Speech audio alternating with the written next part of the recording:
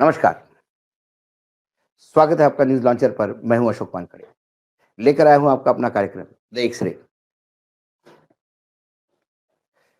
20-30 सीटें और जीत जाते तो हम सरकार बना लेते। ये वक्तव्य किसी रास्ते पे चलते हुए इंसान का नहीं। ये वक्तव्य देश में सबसे पुरानी पार्टी, विपक्ष की सबसे बड़ी पार्टी, इंडियन नेशनल कांग्रेस के राष्ट्रीय अध्यक्ष मल्लिकार्जुन खड़गे का है। कांग्रेस ने संगठन को फिर से मजबूत करने के लिए कई सेक्टर में काम करना शुरू कर दिया। उसी में जिला अध्यक्षों की एक मीटिंग, 800 जिला अध्यक्ष है टोटल, यानी कुछ जिले में बड़े शहर है तो शहर के अध्यक्ष भी है।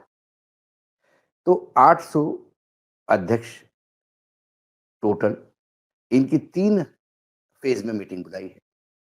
तो पहला फेज जहां करीब करीब 13 राज्य और 3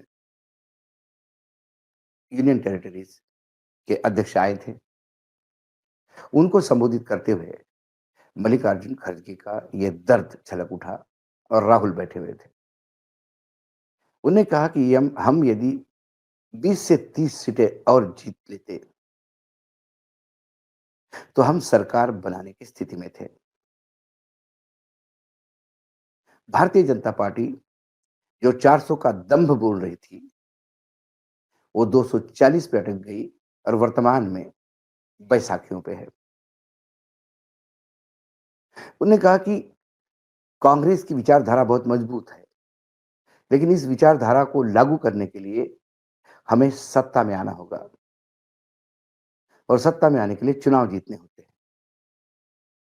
इस बार जिस हिसाब से बीजेपी और संघ संविधान को नष्ट करना चाहते थे, उस बात को जब हम लोगों के बीच में लेके गए, तो इतनी तो व्यवस्था हो गई कि बीजेपी अपने बलबूते पे सत्ता में नहीं आई। 400 का दम भरने वाले चुपचाप 240 पे देखते रह गए। कांग्रेस ने 100 सीटें जीती।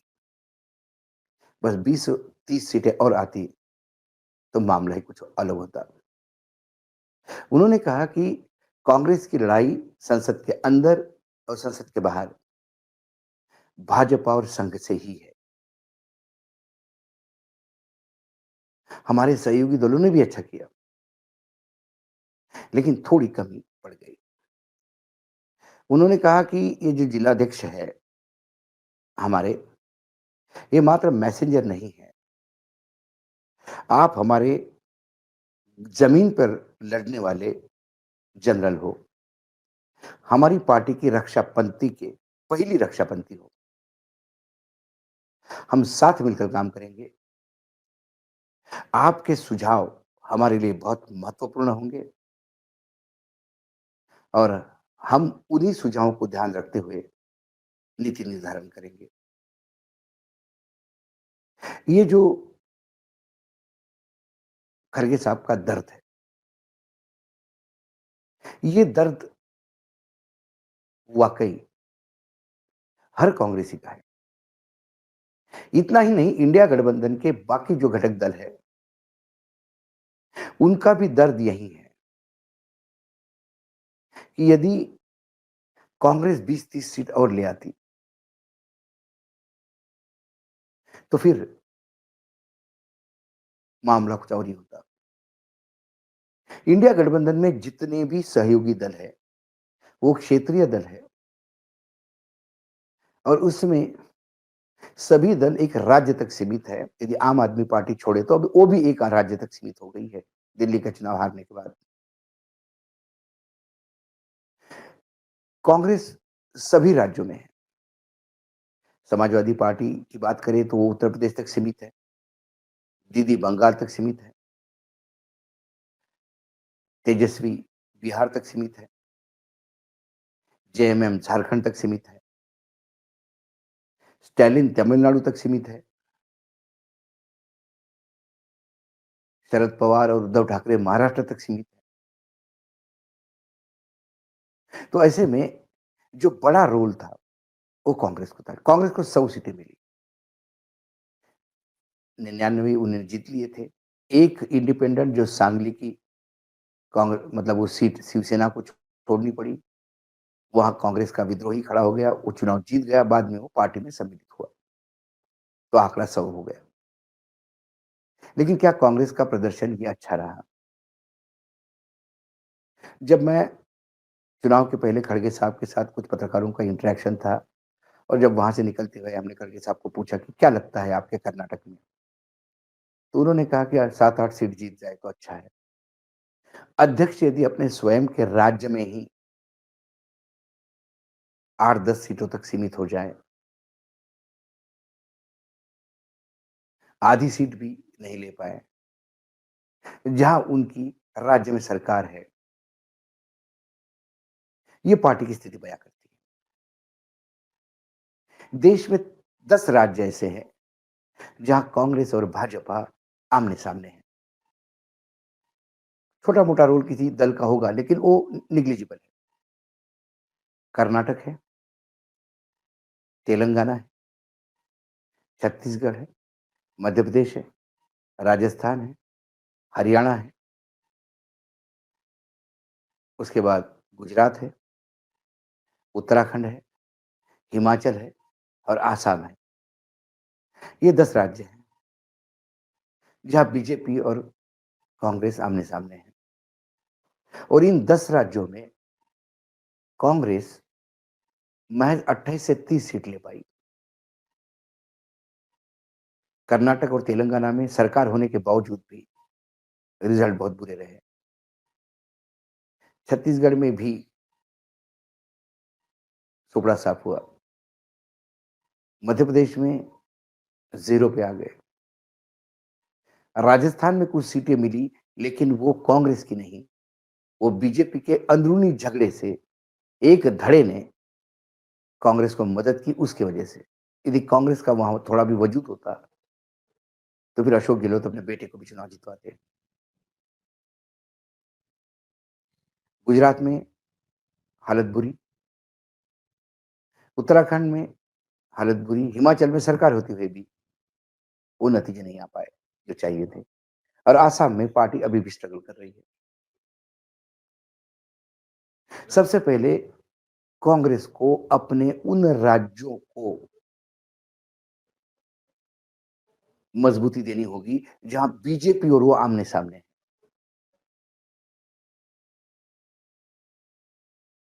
तेलंगाना में क्लीन स्वीप किया कांग्रेस ने विधानसभा में और उसके बाद तुरंत जो चुनाव हुए लोकसभा में, उसमें पार्टी की स्थिति बुरी रही। जिस बीआरएस को तेलंगाना की जनता ने रिजेक्ट किया था, उन्हीं बीआरएस के नेताओं को लोकसभा चुनाव लड़वाया कांग्रेस ने अपने टिकट पे। हश्र तो यही होना था। जिन लोगों ने कांग्रेस में साल भर मेहनत करके तेलंगाना में सत्ता में कांग्रेस को वापस लाने का पूरा प्रयास किया और उनको नतीजा भी मिला। लोकसभा में उन लोगों को वहाँ से सिस्टमैटिकली हटाया गया था, ताकि बीजेपी के लिए वहाँ मदद हो। जो राहुल गांधी कहते हैं कि कांग्रेस के अंदर जो लोग बैठे हैं, जो बीजेपी के मददगार हैं, वो ढूँढने होंगे। हर राज्य में बीजेपी के स्लीपर सेल मिलेंगे और उनसे ज़्यादा घातक बीजेपी के स्लीपर सेल जो है, वो दिल्ली में बैठे हैं। आज भले ही मल्लिकार्जुन खड़गे जी ने कहा कि आप हमारी पहली रक्षापंथी हो, आप हमारे जनरल हो, लेकिन जनरल अपॉइंट कौन करेगा? उनका सिलेक्शन कौन करेगा? हाल ही में उत्तर प्रदेश में बहुत बड़ी एक्सरसाइज हुई और जिला अध्यक्षों का चयन हुआ।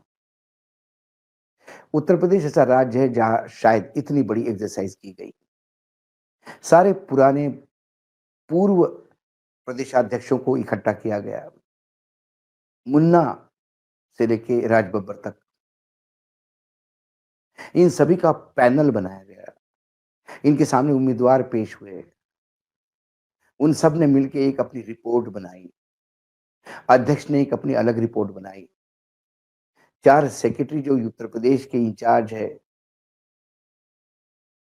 ऑल इंडिया सेक्रेटरी, उन्होंने भी अपनी एक लिस्ट बनाई और ये सारा कंपाइल करके जब दिल्ली गया, तो संदीप सिंह के जो 4 प्यादे बैठे हैं, जो सेक्रेटरी है उत्तर प्रदेश के, उन्होंने अपनी लिस्ट पूरी क्लियर करवाई और इसका इतना विद्रोह हुआ कि general secretary Avinash Pande incharge Uttar Pradesh, उनको गाड़ी से लोग उतरने नहीं दे रहे थे, घेराव करके नारे लगा रहे थे।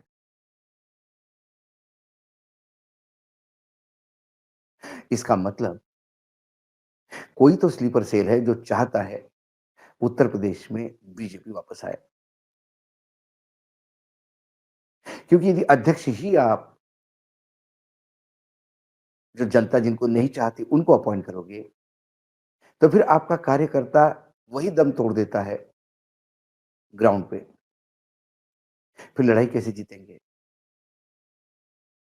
जो बीजेपी के स्लीपर सेलों ने जिन्हें अपॉइंट किया, वो लोग आपको क्या सुझाव देंगे और क्या आप रणनीति बनाओगे? तो इसका मतलब क्या कांग्रेस की रणनीति भी बीजेपी ही बनवाएगी?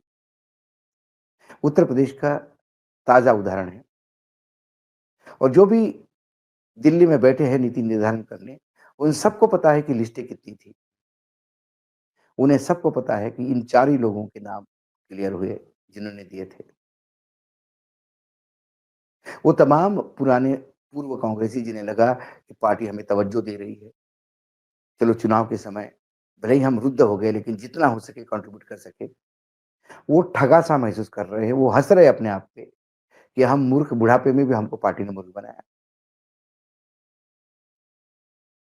ये वस्तुस्थिति है। अब कांग्रेस पार्टी के इस अभियान में ये सभी जिलाध्यक्षों की बैठक जो दिल्ली में चल रही है, उसमें कम से कम पहली मीटिंग में पता नहीं लेकिन दूसरी या तीसरी मीटिंग में हरियाणा के भी जिलाध्यक्षों को बुलाया जाएगा ऐसा आशा रखता हूँ। और इस बहाने कम से कम 13 साल बाद हरियाणा में जिलाध्यक्ष होंगे। आप हरियाणा से किस कैसी उम्मीद कर सकती है कांग्रेस पार्टी कि वो विधानसभा में आए या लोकसभा में जीत के आए? जिस हरियाणा में आपके जनरल ही नहीं है, पहली रक्षा पंक्ति ही नहीं है, यदि मैं खड़गे जी के भाषण की बात करूँ तो पार्टी को सबसे पहले ये पत्ते छाँटने के पहले बड़ी टहनियाँ छाँटनी होगी, जो पार्टी के अंदर बैठ के बीजेपी का काम करते हैं। जब मैं एक्स-रे में देखता हूँ, तो जो दर्द है मल्लिकार्जुन खड़गे जी का, वो दर्द सभी का है। इन 10 राज्यों में कांग्रेस यदि अपने बलबूते पे 75 सीट ले आती, तो इंडिया गठबंधन की सरकार थी। लेकिन 10 राज्यों में भी 75 सीट नहीं ले पाए। सबसे ज़्यादा सीटें जिन राज्यों से आई है कांग्रेस का बड़ा नंबर, वो महाराष्ट्र है, जहाँ कांग्रेस के पास मात्र 1 सीट हुआ करती थी।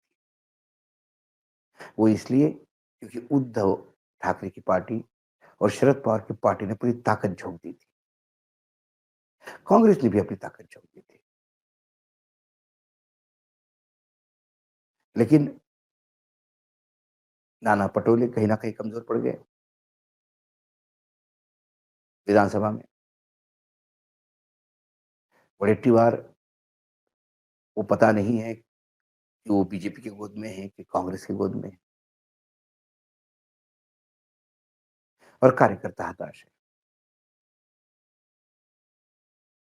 नए अध्यक्ष सबकाल तो आए हैं, लेकिन क्या उन्हें दिल्ली काम करने देगी? सवाल ये है। नाना पटोले का भी रोना यही था कि दिल्ली उन्हें काम नहीं करने देती,